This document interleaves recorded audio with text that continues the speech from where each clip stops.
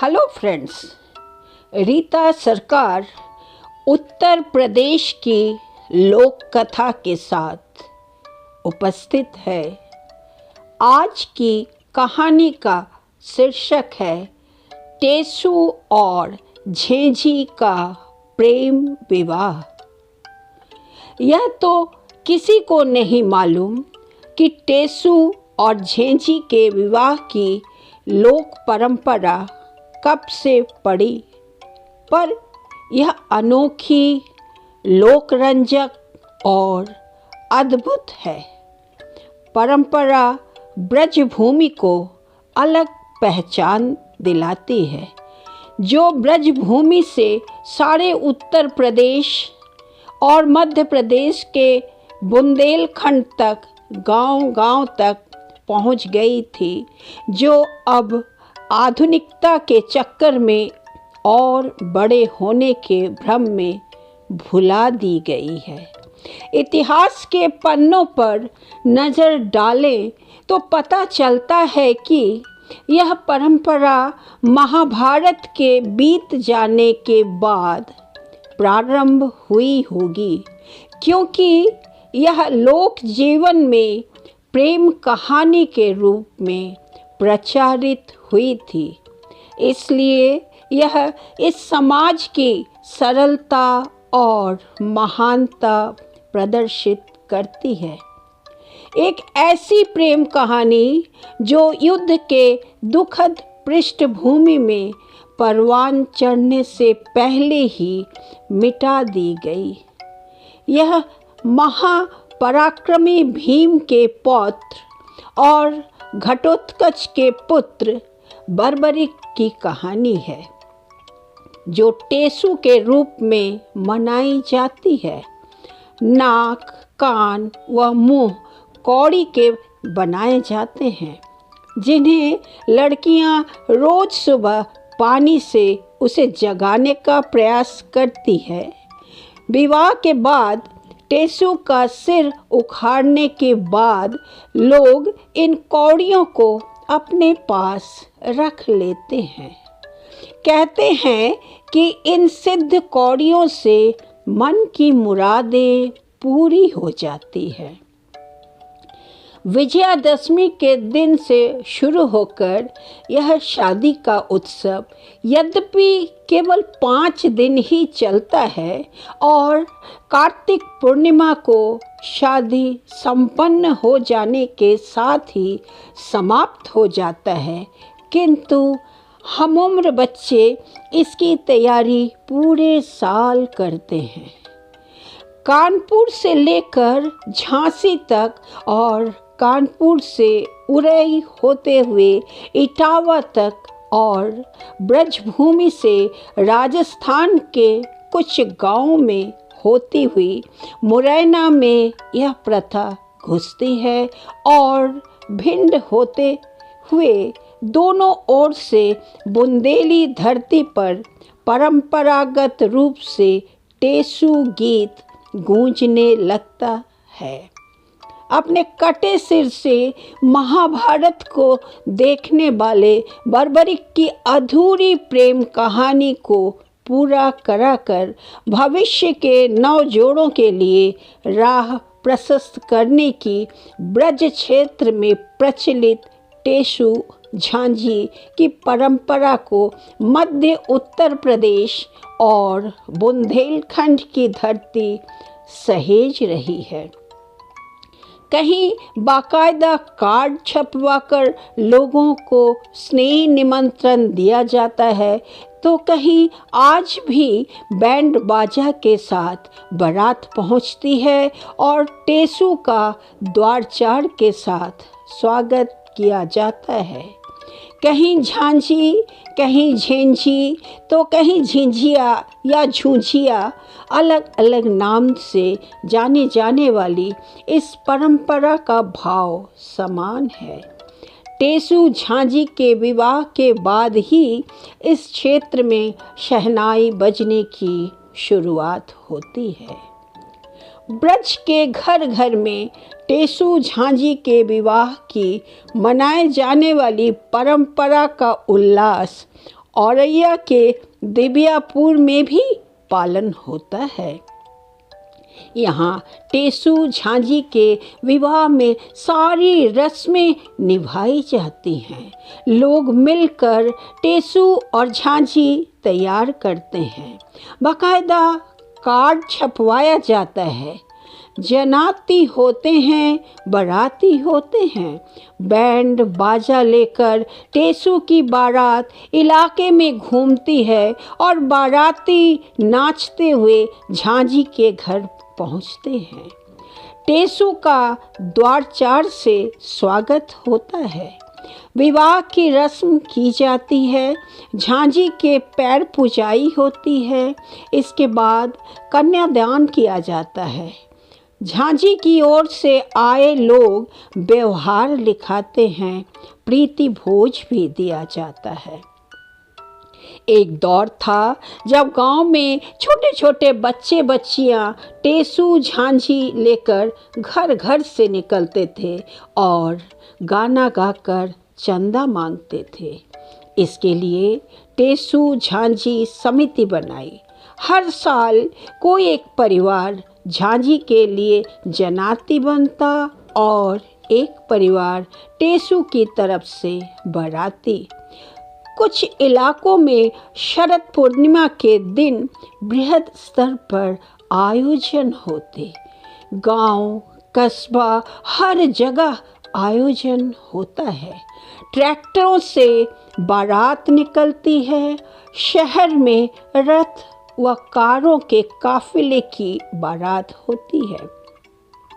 लोग यह भी मानते हैं कि अगर किसी लड़के की शादी में अड़चन आ रही है तो 3 साल झांझी का विवाह कराए। लड़के की शादी में दिक्कत आ रही है तो टेसू का विवाह कराने का संकल्प लेते हैं। कुंभकार ही टेसू झांझी बनाते हैं और लोग उनसे ले जाते हैं। इसके बाद शरद पूर्णिमा को झांझी की शोभा यात्रा निकल जाती है। दशहरा पर रावण के पुतले का दहन होता है। बच्चे टेसू निकलकर घर घर द्वार द्वार टेसू के गीतों के साथ नेक मांगते हैं। वहाँ लड़कियों की टोली घर के आसपास झांझी के साथ नेक मांगने निकलती थी। अब समय के साथ साथ बदलाव आया है। अब कम लोग ही इस पुरानी परंपराओं को जीवित रखे हुए हैं। कानपुर देहात के ग्रामीण इलाकों में या फिर शहरी, यहाँ सामूहिक आयोजन भले न हो, लेकिन घर घर में टेसू झांझी का विवाह होता था। मान्यता थी कि इस विवाह के बाद अन्य वैवाहिक कार्यक्रमों में कोई अड़चन नहीं आती। शरद पूर्णिमा की रात में मनाए जाने वाले इस विवाह समारोह में महिलाएं मंगल गीत गाती थीं। किंवदंती है कि भीम के पुत्र घटोत्कच ने पुत्र बर्बरिक को महाभारत का युद्ध देखने आते समय झांझी से प्रेम हो गया। उन्होंने युद्ध से लौटकर झांझी से विवाह करने का वचन दिया, लेकिन अपनी मां को दिए वचन कि हारने वाले पक्ष की तरफ से वह युद्ध करेंगे के चलते वह कौरवों की तरफ से युद्ध करने आ गए और श्री कृष्ण ने सुदर्शन चक्र से उनका सिर काट दिया। वरदान के चलते सिर कटने के बाद भी वह जीवित रहे। युद्ध के बाद मां ने विवाह के लिए मना कर दिया। इस पर बर्बरिक ने जल समाधि ले ली। झांझी उसी नदी किनारे टेर लगाती रही, लेकिन वह लौट कर नहीं आए। इधर टेसू अटर करे, टेसू मटर करे, टेसू लइके टरे, यह गाना गाते हुए लड़कों की टोली उधर झांझी के विवाह की तैयारियों में जुटे किशोरियाँ भी झेंझी गीत गाती प्रयास किए जाने की शादी से पहले झेंझी की एक झलक किसी भी प्रकार से टेसू को मिल जाए। पर मजाल क्या थी कि लड़कियां यह सब होने देती। दशहरा मेला में लड़कियां झांझी और लड़के टेसू के नाम की मटकी खरीद कर लाते थे। झांझी कन्या के रूप में टेसू को राजा के रूप में रंग कर टेसू वाली मटकी में अनाज भर कर एक दिया जलाते थे और घर घर जाकर अनाज और धन इकट्ठा करते थे। लोग बच्चों को इस आयोजन में खुले दिल से सहयोग करते और विवाह की रात पूरा साथ देते। सामाजिक सद्भाव ने यह पर्व था। हर घर का अनाज और पैसा एक साथ मिलकर एक हो जाता है। ना कोई ऊंचा ना कोई नीचा।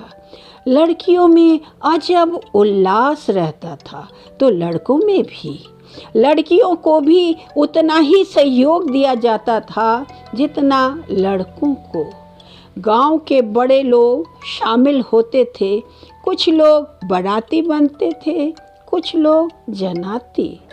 फिर दशहरा से लेकर चतुर्दशी तक तैयारी चलती थी। रात में स्त्रियां और बच्चे इकट्ठा होते थे। नाच गाना होता था। बारात आती थी। खील, बतासे, रेवड़ी बांटी जाती थी। आतिशबाजी होती और फिर अगले वर्ष के लिए यह समारोह चला जाता। अड़ता रहा टेसू, नाचती रही झेंझी। टेसू गया टेसन से, पानी पिया बेसन से। नाच मेरी झिंझरिया आदि गीतों को गाकर उछलती कूदती बच्चों की टोली आपने जरूर देखी होगी। हाथों में पुतला और तेल का दीपक लिए यह टोली घर घर जाकर चंदे के लिए पैसे मांगती है। कोई इन्हें अपने द्वार से खाली हाथ ही लौटा देता है तो कहीं ये गाने गाकर लोगों का मनोरंजन करते हैं। ऐसा होता है विवाह। टेसू झेंझी नामक यह खेल बच्चों द्वारा नवमी से पूर्णमासी तक खेला जाता है। इससे पहले 16 दिन तक बालिकाएं गोबर से चांद तैयार और सांझी माता बनाकर सांझी खेलती है। वहीं नवमी को सोटा की प्रतिमा बनाकर टेसू झेंझी के विवाह की तैयारियों में लग जाती हैं। पूर्णमासी की रात को टेसू झेंझी का विवाह पूरे उत्साह के साथ बच्चों द्वारा किया जाता है। वही मोहल्ले की महिलाएं वो बड़े बुजुर्ग भी इस उत्सव में भाग लेते थे। प्रेम के प्रतीक इस विवाह में प्रेमी जोड़े के विरह को बड़ी ही खूबसूरती से दिखाया जाता है।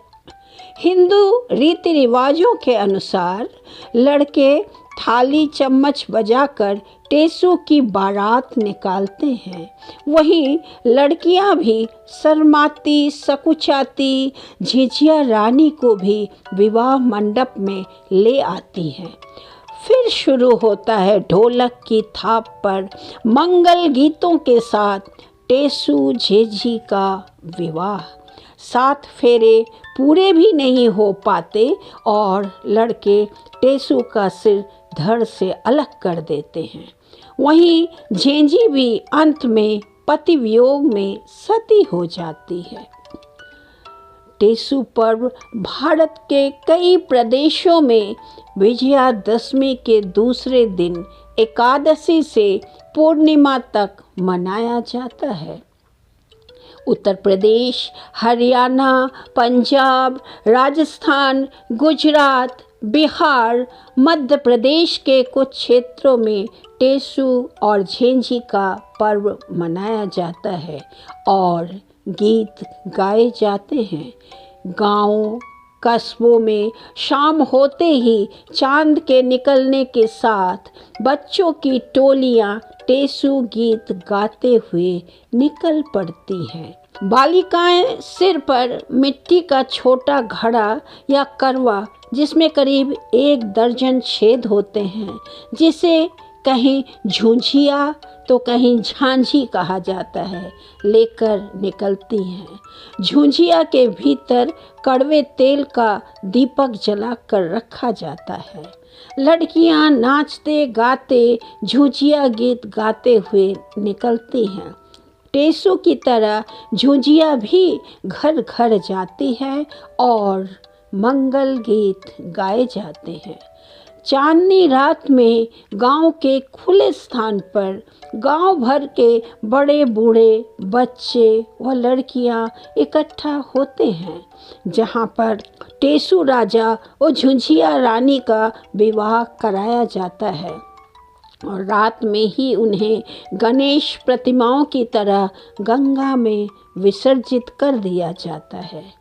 टेसू को मिट्टी से बनाया जाता है। कहीं कहीं बांस के टुकड़े में मिट्टी की एक छोटी मटकी बांधकर उसके आँख, कान, नाक, मुंह तथा बड़ी बड़ी मूछें लगाकर टेसू बनाया जाता है। टेसू को कुर्ता पजामा पहनाया जाता है। कहीं कहीं पैंट शर्ट में सजे टेसू भी बनाए जाते हैं। इसके अतिरिक्त गत्ते व पुआल के टेसू भी बनाए जाते हैं। टेसू को कहीं कहीं गड़बड़ा भी कहते हैं। टेसू लड़कों की टोलियां निकालती हैं, जबकि झुंझियां लड़कियों के सिर पर चलती हैं। वैसे तो अलग अलग प्रदेशों में अलग अलग टेसू गीत प्रचलित है। उत्तर प्रदेश में भोजपुरी, ब्रज, अवधी भाषा में जो टेसू गीत गाए जाते हैं वे मिलते जुलते हैं। भोजपुरी बच्चों की टोली चांदनी रात में जब घर घर टेसू को लेकर जाती है तो टोली के बच्चे गाते हैं, टेसू हो तुम वामन वीर, हाथ लिए सोने का तीर, बजरंग बेटा खड़ा निशान, बाएं हाथ चला पहचान। हरे बाग माँ डेरा परिगा, सब लोगों ने पूछी बात, कितना लोग तुम्हारे पास, 80 प्यादे 9 अश्वर। कुछ क्षेत्रों में दूसरा टेसू गीत गाया जाता है। यह इस प्रकार है। इमली की जड़ से उड़ी पतंग, 900 मोती एक ही रंग, रंग रंग की बनी कमान, वाणों से भरीगा खलिहान। भैया भैया कहाँ जही हो, पांडव जितावे हथिया मारी लाता, जाय परे गुजराता, करी कृष्ण के सेवा, गुर्जर के 2-4 परेवा, टेसू के 2 वार मजीरा, 2 नाचे गंगा तीरा, गंगा तीरे आई ताई, चिकन बकरिया चिकवे जाई। कुछ कंजूस लोग जब बच्चों की टोली को चंदे के रूप में धान, ज्वार, बाजरा, मक्का या पैसा नहीं देते हैं तो बच्चों की टोली गाने लगती है, टेसू अचल करे, टेसू मचल करे, टेसू लइके टरे। टेसू गीत से लगता है कि टेसू कोई पराक्रमी योद्धा था जो युद्ध के लिए जा रहा है। जनश्रुति के अनुसार 5 पांडवों में भीम के पुत्र घटोत्कच के पुत्र बर्बरिक को ही टेसू कहा गया है। महाबली भीम ने वनवास के दौरान एक राक्षसी हिडिंबा से विवाह किया था। हिडिंबा से एक पुत्र पैदा हुआ जिसका नाम घटोत्कच था। घटोत्कच का ही पुत्र था बर्बरिक। कहते हैं जब महाभारत का युद्ध शुरू होने जा रहा था तो घटोत्कच और बर्बरिक भी अपनी फौजें लेकर पांडवों के लिए पहुँचे। बर्बरिक बहुत बलवान किंतु घमंडी था।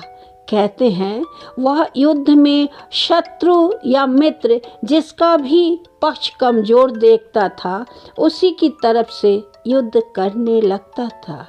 श्री कृष्ण बैठे महाभारत युद्ध की रणनीति तैयार कर रहे थे तो बर्बरिक की डींगे अर्जुन से बर्दाश्त नहीं हुई।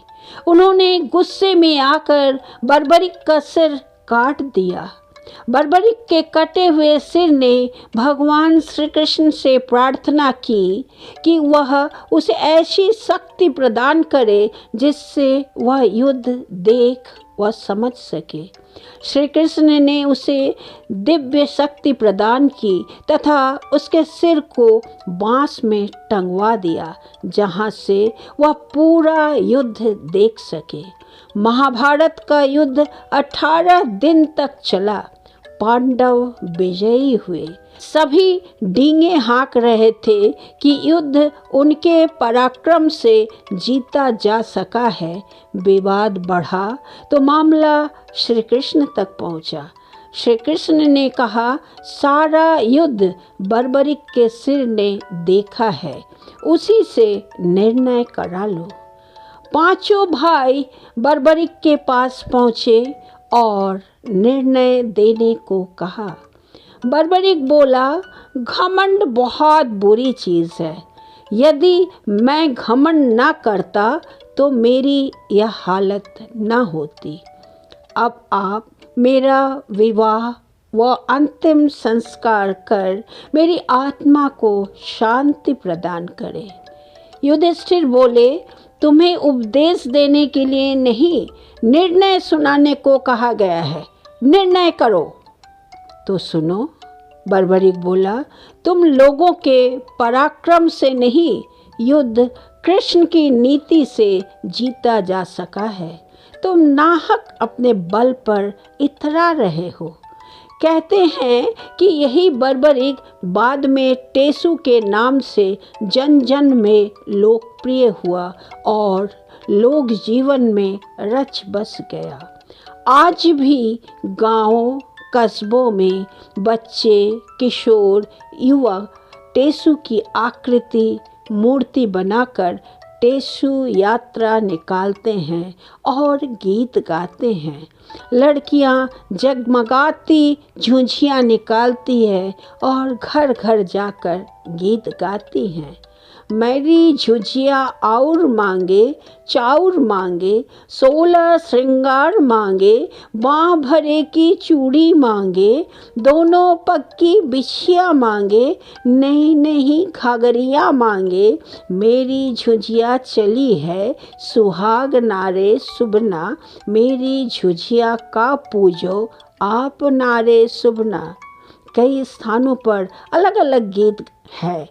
रात में एक स्थान पर सभी इकट्ठा होते हैं और टेसु राजा झुझिया रानी का विधिवत रस्मों सहित विवाह संपन्न होता है। महिलाएं मंगल गीत गाती हैं और फिर आधी रात को नदी या ताल में टेसु राजा और झुझिया रानी को विसर्जित कर दिया जाता है। टेसु उठने के 2 दिन पहले बच्चे हिरन बनाकर गांव भर में नाचते कूदते और गाते हैं। हिन्ना गुड़ आउर बाउर, हिन्ना मांगे तेली चाउर।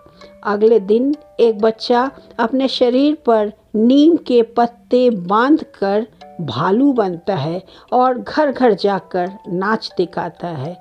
उसके साथ के बच्चे गाते हैं, हुक्का पीले दम लगा ले, काले वन का रीछ नाच दे, तक धिना दिन तक धिना दिन। 14वीं वाले दिन बड़े बूढ़े बच्चे इकट्ठा होकर पुआल, कांस, कुआं से एक बड़ी मोटी रस्सी बनाई जाती है। इस रस्सी को बाँट कहते हैं। गांव के लोग 2 भागों में बंटकर बाँट को खींचते हैं।